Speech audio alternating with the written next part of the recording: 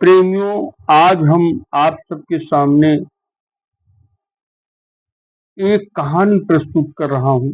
आज के बहुत पुराना नामदेव के समय का ये कहानी है। आप लोग बड़े ध्यान से पूरी कहानी सुनिएगा। कहानी का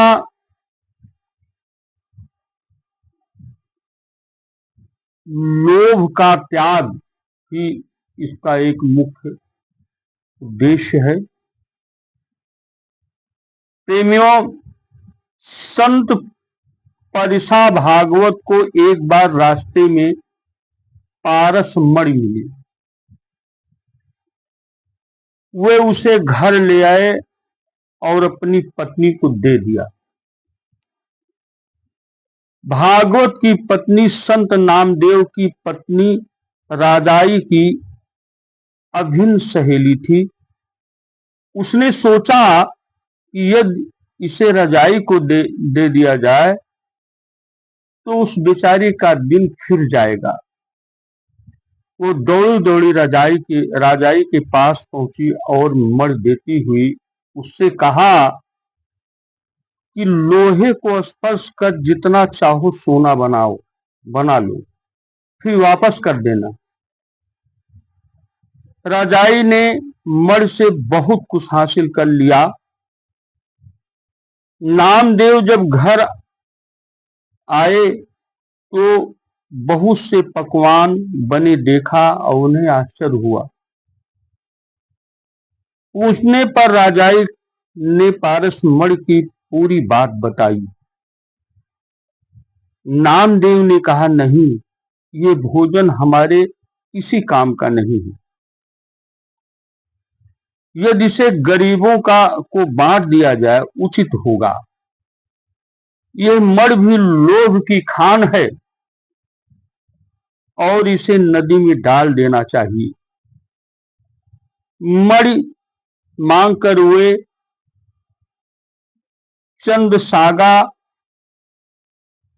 चंद्रभागा के तट पर पहुंचे। आसपास देखा कोई नहीं था। फिर वे उसे नदी में फेंक दिया। शाम को जब परिसा ने पत्नी से पारस मणि मांगा तो उसने नामदेव जी की पत्नी को दे आने की सारी बात बताई। सुनते ही वे उनके पास गए। जब राजाई ने कहा कि नामदेव उसे ले गए नदी में फेंक दिया तो वे दौड़ते दौड़ते नदी के पास पहुंची।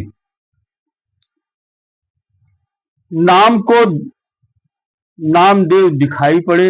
उन्होंने अपनी मणि मांगी। नामदेव ने कहा, अरे आप उस लोभ की खान की बात कर रहे हैं? उसे तो मैंने अभी अभी नदी में फेंक दिया। न रहे बांस न बाजे बांसुरी।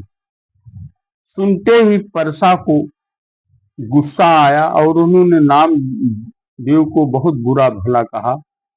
तब नामदेव जी नदी के पास गए और उसमें हाथ डाला। कुछ कंकड़ पत्थर निकाला और उनसे कहा कि इसे लोहे में छुआओ।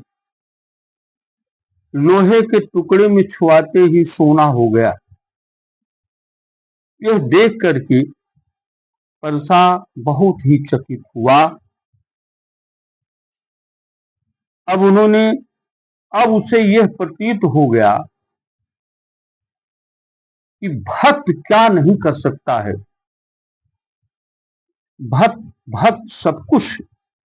भक्त के लिए सब कुछ सुलभ है। इसलिए उसे लोभ से दूर ही रहना चाहिए।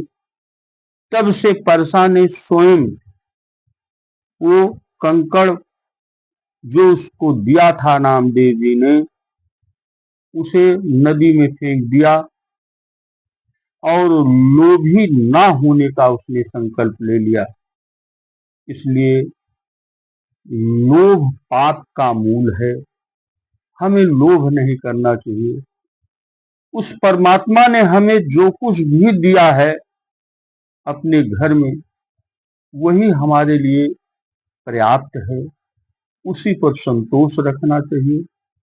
और कबीर साहब ने लिखा कि जब आवे संतोष धन, गोधन गजधन बाजधन और रतन धन खान,